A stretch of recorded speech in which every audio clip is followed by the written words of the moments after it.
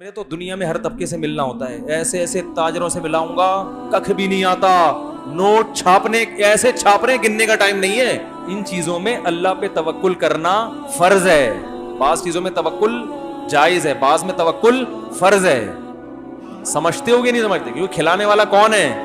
اور اللہ نے رزق کا وعدہ کیا ہے. رزق میں صرف کھانا پینا داخل نہیں ہے, ضرورات زندگی کے تمام لوازمات رزق میں داخل ہیں.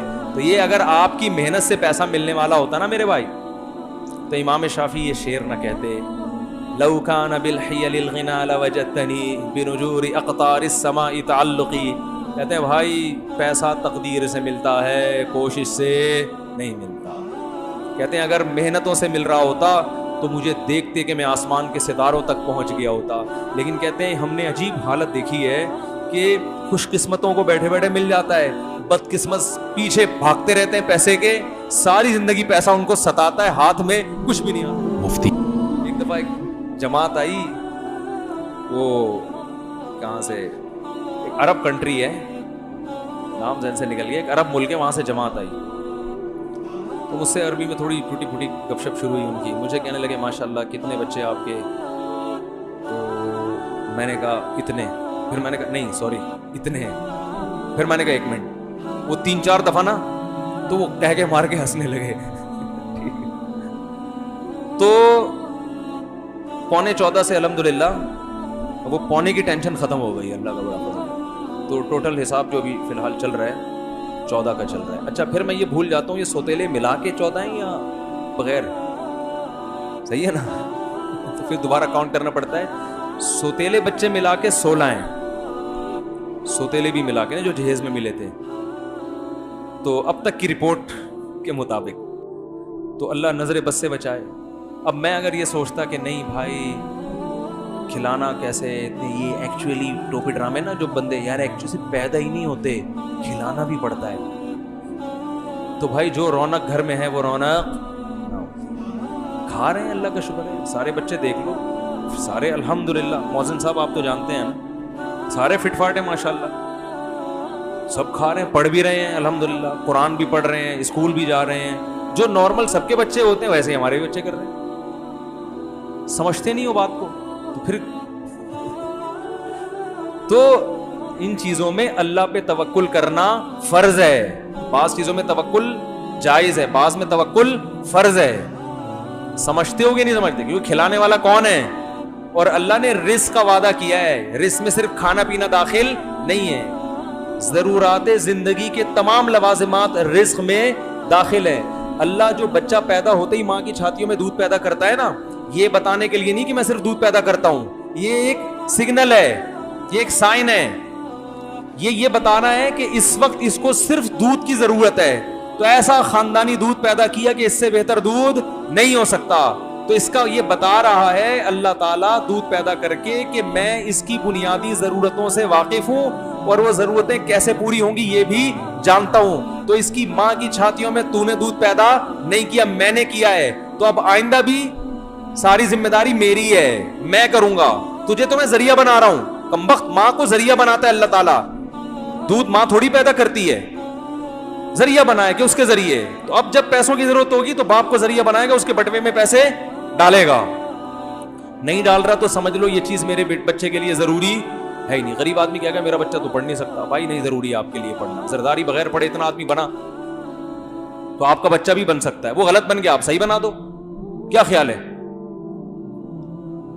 تو یہ ایجوکیشن کو بھی جو عذاب بنا دیا ہے نا, مسلط کر دیا ہے, یہ خود مغرب کا ایک تھوپا ہے ہمارے سر پہ. سمجھ رہے ہو؟ تربیت ضروری ہے, تربیت, انسان بنانا ضروری ہے. ایجوکیشن تو دیکھو ڈاکٹر کو انجینئر کا نہیں پتا ہوتا نا, تو کیا وہ ناکام ہو جاتا ہے؟ بھائی اسے جو اس کی ضرورت تھی وہ اس کو آتا ہے. تو اللہ آپ کو کہ بچے کو جو نالج دے گا نا, جو زندگی گزارنے کے لیے ضروری ہے, وہ نالج گاڈ گفٹڈ ہوگی, وہ اس کو مل جائے گی. ہمارے نبی کے پاس نالج تھی, کہیں بھی نہیں پڑھے, اللہ نے وحی کے ذریعے آپ کو نالج دی ہے. سمجھنے کے نہیں سمجھ رہے, سب سے بڑا عالم بنا دیا. تو بچے کو جب زندگی گزارنے کے لیے ضرورت ہوگی نا, بزنس کی ضرورت ہوگی, اللہ اس کو بزنس سکھا دیں گے. ہر چیز یونیورسٹی. دیکھو یہ جو میں نے کہا نا بچے کو تعلیم ضروری نہیں ہے, تعلیم کا مطلب جو جس کو عرف میں تعلیم کہا جاتا ہے. تعلیم تو ضروری ہے, لیکن جس کو آپ تعلیم کہتے ہو وہ والی تعلیم ضروری نہیں ہے. وہ کسی کے لیے ہے, کسی کے لیے نہیں ہے. جس کے پاس پیسے ہیں وہ پڑھا دے, جس کے پاس نہیں ہے وہ نہ پڑھائے. جو ایجوکیشن بچے کے لیے ضروری ہے وہ اللہ اس کو سکھا دے. بزنس پڑھا جاتا ہے نا یونیورسٹیوں میں, ارے بہت سے لوگ اپنے بچے کو بزنس پڑھاتے ہیں نا. ابے آئی بی اے میں کیا ہو رہا ہے, بزنس پڑھایا جا رہا ہے نا. میں تو جانتا ہوں بہت سے جنہوں نے پہلی جماعت بھی نہیں پڑھی, بزنس وہ آئی بی اے والوں سے زیادہ اچھا کر رہے ہیں. تو ایجوکیشن میں ان کا علم ان سے زیادہ ہے کہ نہیں ہے؟ میں آپ کو ملا سکتا ہوں کباڑ والوں سے, ایسے ایسے تاج, میرے تو دنیا میں ہر طبقے سے ملنا ہوتا ہے, ایسے ایسے تاجروں سے ملاؤں گا ککھ بھی نہیں آتا. نوٹ چھاپنے ایسے چھاپ رہے, گننے کا ٹائم نہیں ہے. اس کا مطلب ان کے پاس بزنس کی ایجوکیشن ہے مگر روایتی ایجوکیشن نہیں ہے, جس کو آپ ایجوکیشن کہتے ہو. ان کے پاس سچی مچی کی ایجوکیشن ہے, اس کو پتا ہے فلاں سے پیسے. دیکھو بزنس کی ایجوکیشن کا مطلب کیا ہوتا ہے, آپ کو بزنس کرنا آ جائے, یہی مطلب ہوتا ہے نا. تو اس کو تو کم بخت ویسے ہی آ گیا, تبھی تو پیسہ کمایا اس نے. اس کو اکاؤنٹ کھولنا بھی آ گیا, اس کو پتا ہے ٹیکس کیسے پے کیا جاتا ہے, یہ بھی آ گیا. صحیح ہے نا. اس کو پتا ہے وسیم بھائی سے پیسے کیسے نکلوانے ہیں, اس کو یہ پہنانا کیسے, یہ پلاٹ, یہ پروڈکٹ پہنانی کس کو کیسے ہے, یہ زیادہ اچھا. اور میں بھی تھوڑا بہت بزنس سیکھ چکا ہوں. میں نے کسی ایم بی اے والے سے اور آئی بی اے میں پڑھے ہوئے آدمی سے بزنس نہیں سیکھا. تاجروں کے ساتھ اٹھتا بیٹھتا ہوں تو میری عادت ہے, ڈاکٹر آئے گا تو اس کو نچوڑتا ہوں, حکیم آئے گا تو اس کو نچوڑتا ہوں, اس کی نالج لیتا ہوں اس سے. تاجر آئے گا نا تو اس کو بھی نچوڑتا ہوں, تو نے اتنا پیسہ کمایا کیسے, کم بخت سالے معذرت کے ساتھ, کہ تجھے آتا واتا تو کچھ, شکل سے تو مکھنچو لگ رہا ہے. میں فلاں کو جانتا ہوں, سالا بزنس پڑھ پڑھ کے آدھا ہو گیا, ایک گولے گنڈے کی دکان نہیں چلا سکا وہ, اور تم کچھ بھی نہیں آتا, کروڑ روپے میں کھیل رہے ہو, تمہارے 20 اکاؤنٹ. انگلش بھی سیکھ جاتے ہیں پھر, حالانکہ کسی یونیورسٹی, کیونکہ انگریز تاجروں سے اتنی ڈیلنگ ہوتی ہے کہ انگلش پڑھے ہوئے لڑکوں سے زیادہ اچھی بول رہے ہوتے ہیں.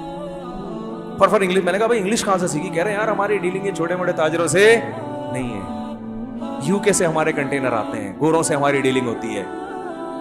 تو ماں باپ نے تو بالکل بھی نہیں پڑھایا, مگر اللہ نے ایسا پڑھایا کہ مفتی طارق مسعود صاحب اس سے بزنس پڑھ رہے ہیں. صحیح ہے نا, کہ کیسے کہو, رہنے تو تم لوگ وہیں کے وہیں رہو گے. تو بھائی بچے پیدا کرو, توکل کس پہ کرو, اللہ نے جو پڑھانا ہوگا پڑھا دے گا. ہاں تربیت کی فکر کرو, تربیت کی فکر کرو. پیسے ہیں تو اچھے سے اچھے اسکولوں میں پڑھاؤ, نہیں ہے بولے بغیر پڑھے بن جائے گا کچھ, ٹھیک ہے نا, ٹینشن لینے کا نہیں ہے. ایک آدمی میرے پاس آیا, بچوں کی اسکول کی فیسیں نہیں ہے, زکات چاہیے. میں نے کہا بچوں کو نکال دو اسکول سے جب پیسے نہیں ہیں. کیا کہہ رہے ہو مفتی صاحب؟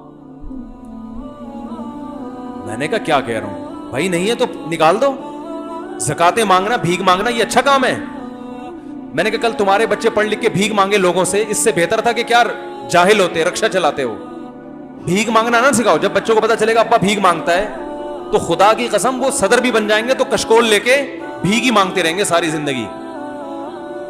وہ شخص جو نبی صلی اللہ علیہ وسلم نے کیا فرمایا, جو صحیح حدیث ہے, جو گٹھری لکڑیوں کی گٹھری جو ہے نا اپنے کندھے پہ رکھے اور بوجھ اٹھا کے پہاڑ پہ چڑھے اور پہاڑ سے لکڑیاں پتھر کوٹ کے لائے یا لکڑیاں کوٹ کے لائے, اتنی ٹینشن, اور لکڑیوں کو بیچ کے روکھی سوکھی روٹی کھائے. آپ نے فرمایا یہ اس سے بہتر ہے کہ قیامت کے دن اس کے چہرے پہ بھیک کا نشان ہو.